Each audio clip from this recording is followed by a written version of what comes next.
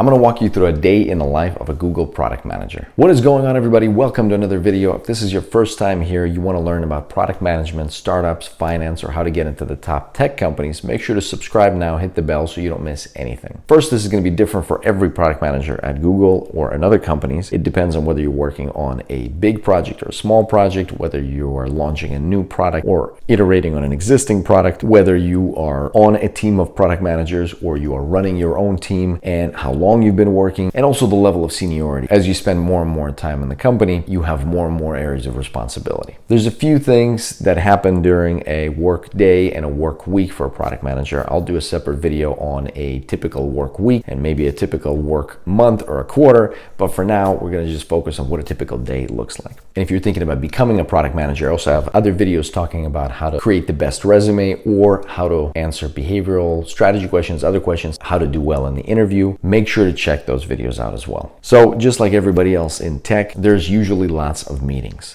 Depending on how well organized you are, you would check your meetings the night before so that you know what you're signed up for on the following day. You know whether you need to attend, whether you understand that there's an agenda for each meeting, and whether there's some talking points or some issues that you need to bring up at that particular meeting. Usually there will be 3 to 4 to 5 different meetings per day. Everybody likes to structure their days differently, but usually in tech and Google, it ends up that meetings run all the time. And the reason that meetings run all the time is because the best way to get a lot of information is through these face-to-face meetings. So there'll be a lot of one-on-ones, introduction one-on-one or maintenance one-on-one meetings. There'll be a lot of small group meetings, and there's usually going to be these weekly cross-functional meetings where you get to interact with folks from lots of other organizations like sales, marketing, legal, design, research, analysts, and other areas. Most of the time, product managers end up interacting with their engineers or engineering tech lead and their program managers. And program managers in Google are like project managers. They usually have a little bit more responsibility and also sometimes have an engineering background. The way that I organize my desktop is I've got an extension for Chrome that basically organizes sets of tabs so that I'm not looking through 120 Chrome tabs, because I always have documents. There's one pager, two pagers. There are lengthy documents, PRDs. One pager is just some basic information about a concept or a proposal. Two pagers a little bit more thought out, and a PRD should be a well thought out project requirement document, which then are presented to the engineers, who then write their own technical specifications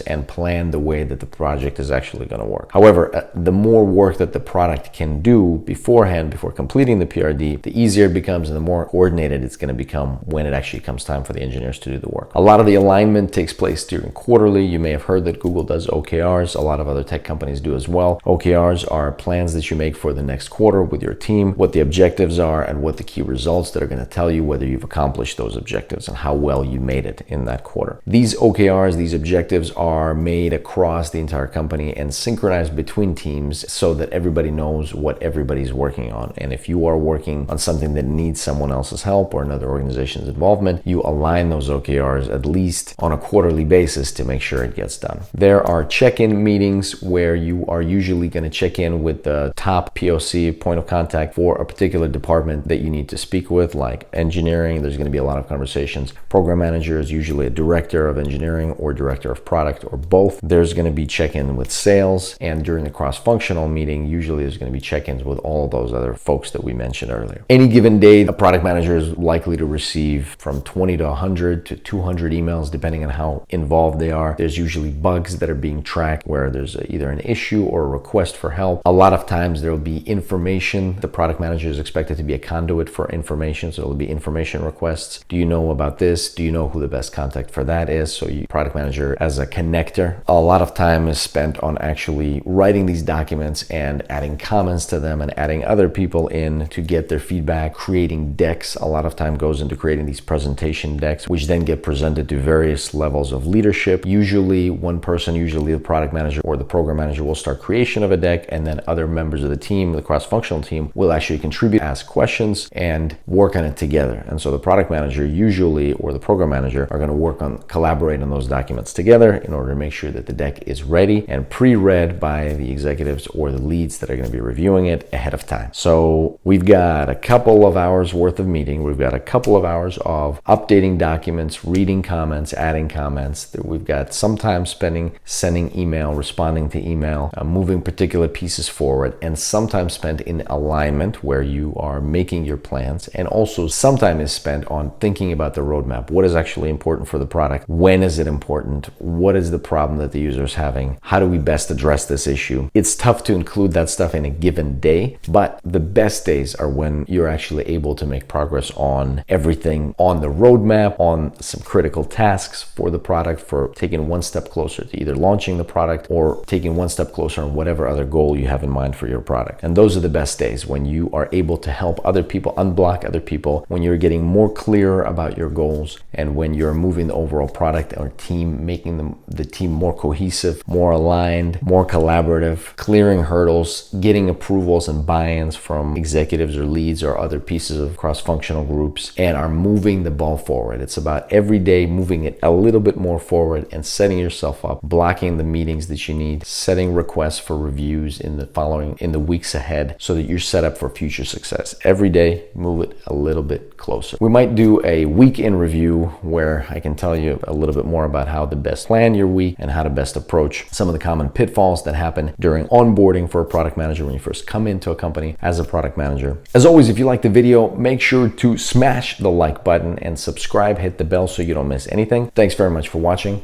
I'll see you next time.